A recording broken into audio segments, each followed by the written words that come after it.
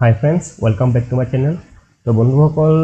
March মাহৰ 20 তাৰিখে এটা ভিডিঅ' দিছিলোঁ সুইং ট্ৰেডিং পাৰ্ট 2 বুলি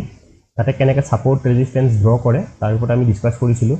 তো তাতে আমি এটা সাপোৰ্ট ৰেজিষ্টেন্সৰ কথা কৈছিলোঁ হেতু হৈ গ'ল গ্যাপ যাক নেকি জাপানিজ ক্যান্ডেলষ্টিক প্যাটাৰ্ণত কোৱা হয় উইন্ডো বুলি তাত মই কৈছিলোঁ যে প্ৰিভিয়াস ডে ক্লোজিং আৰু নেক্সট ডেৰ ওপেনিঙৰ মাজত যদি অলপ ডাঙৰ গ্যাপ থাকে যাক আমি উইন্ডো বুলি কওঁ জাপানিজ ক্যান্ডেলষ্টিক প্যাটাৰ্ণত হেতুৱে আমাৰ কি কৰে সাপোৰ্ট আৰু ৰেজিষ্টেন্সৰ কাম কৰে তো নৰ্মালি কি হয় মাৰ্কেটত গ্যাপ আপ গ্যাপ ডাউন তো চলিয়ে থাকে কিন্তু কেতিয়াবা কি হয় normally gap up gap down তো নৰ্মালি আগৰ গ্যাপ আপ গ্যাপ ডাউন বিলাকতকৈ ডাঙৰ থাকে যিবিলাক গ্যাপ নৰ্মেল যিমান আমাৰ গ্যাপ আপ গ্যাপ ডাউন হয় তাতকৈ যদি অলপ ৰিলেটিভলি বেছিকে গ্যাপ আপ গ্যাপ ডাউন হয় তেতিয়া সেইবিলাক অলপ আমাৰ কাৰণে ইম্পৰ্টেণ্ট হৈ যায় এই গ্যাপবিলাক সাপোৰ্ট ৰেজিষ্টেন্সৰ কাৰণে তো নৰ্মালি কি হয় যদি গ্যাপ এটা ক্ৰিয়েট হয় সাপোজ আপ ট্ৰেণ্ডৰ ষ্টক এটা গ্যাপ ক্ৰিয়েট হ'ল গ্যাপ আপ ওপেনিং হয় এটা গ্যাপ ক্ৰিয়েট হ'ল তেতিয়া যেতিয়া মাৰ্কেট তললৈকে নামি আহিব এটা টাইমত তেতিয়া এই গ্যাপটোৱে কি কৰিব এটা সাপোৰ্টৰ কাম কৰে এক্স্যাক্টলি এইটো কনসেপ্ট মই আজি ইউজ কৰিছিলোঁ আজি নহয় শুক্ৰবাৰে এই যোৱাটো শুক্ৰবাৰে এইটো কৰিছিলোঁ আৰু ভাল এটা ৰিটাৰ্ণ পালোঁ সেইটো আপোনালোকৰ লগত শ্বেয়াৰ কৰিব বিচাৰিছোঁ সেইটো হ'ল এডানী পৰ্টছত তো এডানী পৰ্টছত যদি চাব বিচাৰে আপোনালোকে কণ্টিনিউ অকল এডানী পৰ্ট বুলি নাই এডানী গ্ৰুপৰ যিমানবিলাক ষ্টক আছে আদানী এণ্টাৰপ্ৰাইজ আদানী পাৱাৰ গোটেইবিলাক ষ্টক বহুত হেভিলি ফল হৈ আছে কিবা এটা নিউজ আছিলে তো হেভিলি ফল হৈ আছিলে আৰু মই ৱেট কৰি আছিলোঁ যেটো বহুত বুলিশ ষ্টক তো জানিছিলোঁ কোনোবা নহয় কোনোবা এটা লেভেলতো এডানী পৰ্টে সাপোৰ্ট ল'ব তাৰ কাৰণে মই ভাল সাপোৰ্ট লেভেল এটা ড্ৰপ বিচাৰি আছিলোঁ তেতিয়া মোৰ এই সাপোৰ্টটো চকুত পৰিলে এই লেভেলটো এই গ্যাপটো চকুত পৰিলে ইয়াত আপোনালোকে হয়তো ভালকৈ চকুত পৰা নাই আপোনালোকে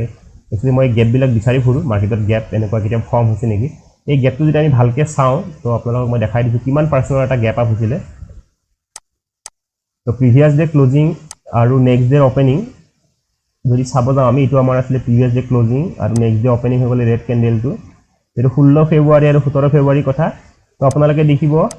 মোৰ দেন 3.5% 3.6% এটা গ্যাপ যিটো গ্যাপ নৰ্মেলি 1% 0.8% 1.5% গ্যাপ আপটো নৰ্মেল থাকে কিন্তু এৰাউণ্ড 4% গ্যাপ আপটো ইমান নৰ্মেল নহয় তো এইটো এটা গ্যাপ আছিলে গতিকে মই ইয়াতে ৱেট কৰি আছিলোঁ যে মাৰ্কেট ফল হৈ আছিলে মই চাই আছিলোঁ যে এই লেভেলটোত মাৰ্কেটে সাপোৰ্ট ল'ব নেকি তেতিয়া মই লগে লগে হায়াৰ টাইম ফ্ৰেমত ডেইলি টাইম ফ্ৰেমত মই এইটো সাপোৰ্টটো ড্ৰ কৰিলোঁ তাৰপিছত মই 1 আৱাৰ টাইম ফ্ৰেমত গ'লোঁ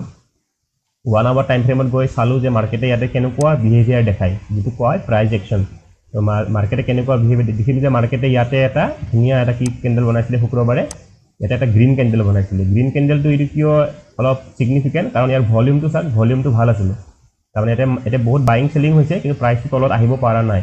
তো এইটো সাপোৰ্ট মানে লোৱা যেন লাগিলে তাৰপিছত মই নেক্সট কেণ্ডেলটো ৱেট কৰিলোঁ নেক্সট কেণ্ডেলটো যেতিয়া বুলিছনেছ দেখিলোঁ তেতিয়া এই কেণ্ডেলটো তাৰ নেক্সট কেণ্ডেলতে মই বাই কৰিব বিচাৰিলোঁ ফিউচাৰত কিন্তু শুক্ৰবাৰে আদানী পৰ্টছত ফিউচাৰ বেন কৰি থোৱা আছিলে তো বেন কৰাৰ কাৰণে মই ফিউচাৰ বাই কৰিব নোৱাৰিলোঁ তো ফিউচাৰ বাই কৰিব নোৱাৰি উপায় নাপায় মই যিখিনি পইচা আছিলে তাৰে মই ইকুইটিত বাই কৰিলোঁ কাৰণ মোৰ ইয়াতে কনফিডেঞ্চ বহুত হাই আছিলে যেটো ওপৰত যাব মিনিমাম 1:2 ৰিস্ক কৰি বাট ইজিলি পাম বুলি তাৰপিছত উপায় নাপায় মই ফিউচাৰত কিনিব নোৱাৰি মই ইকুইটিত কিনিলোঁ তো ইকুইটিত দেখিব মই নেক্সট কেণ্ডেলত বাই কৰিলোঁ ইকুইটিত যদি চাব যায় তো দেখিব মোৰ হোল্ডিঙত দেখিব 1,20,000টা ষ্টক আছে এতিয়াও দেখিব যে Q1 চলি আছে তাৰমানে এইটো মই শুক্ৰবাৰে বাই কৰিছোঁ ডিমেট একাউণ্টত মোৰ আজিহে আহিছে ষ্টককেইটা তো এতিয়া চাব যাব আপোনালোকে দেখিব 12% অলমষ্ট 13% চলি আছে এতিয়া আজিতো বাৰু এইটো পাৰ্চেণ্টেজ হিচাপত চাব গ'লে আজি আপোনাৰ এইটো এৰাউণ্ড আজি লেভেলত যদি চাব যাওঁ এইটো দেখিব 15% ক্ৰছ কৰি গৈছিলে তো 3 দিনত 15% বহুত এটা হেভি ৰিটাৰ্ণ হয় আৰু এইটো যদি মই ফিউচাৰত ল'ব পাৰিলোহেঁতেন যদি সিদিনাখন দিন বেয়া আছিলে এইটো বাৰু এক্সচেঞ্জে এইটো বেন কৰি থৈছিলে তো বেন নকৰা হয় এইটো মই ফিউচাৰত বাই কৰিব পোৱা হয় এইটো মোৰ মোৰ দেন 1 লাখ 1.5 লাখ টকা ওচৰা-ওচৰি প্ৰফিট হ'লহেঁতেন ষ্টিল একো নাই তো এটা চাওক মই একো একদম কমপ্লিকেটেড একো এনালিচিছ কৰা নাই এটা চিম্পল এনালিচিছ যিটো আপোনালোকৰ লগত মই শ্বেয়াৰো কৰিছিলোঁ যে গ্যাপ আৰু উইণ্ডোবিলাক আমি কেনেকৈ চাব লাগে তো সেই এটা চিম্পল এনালিচিছৰ ওপৰত চালোঁ তাৰপিছত মই ভলিউম চালোঁ ভলিউম চাই পেলাই ট্ৰেডটো ল'লোঁ আৰু 3 দিনত 15% মই ভাবোঁ বহুত ভাল ৰিটাৰ্ণ তো ইনভেষ্টমেণ্ট বাৰু মোৰ কম আছিলে মাত্ৰ 1,20,000 টকা ইনভেষ্টমেণ্ট আছিলে সেইকাৰণে প্ৰফিটটো 15,000 কম হৈ আছে কিন্তু ইয়াতে যদি মই বেছিকৈ ইনভেষ্টমেণ্ট কৰিলোহেঁতেন বিশেষকৈ ফিউচাৰত ল'ব পৰা হয় এটা মই বহুত হেভি ৰিটাৰ্ণ এটা পালোহেঁতেন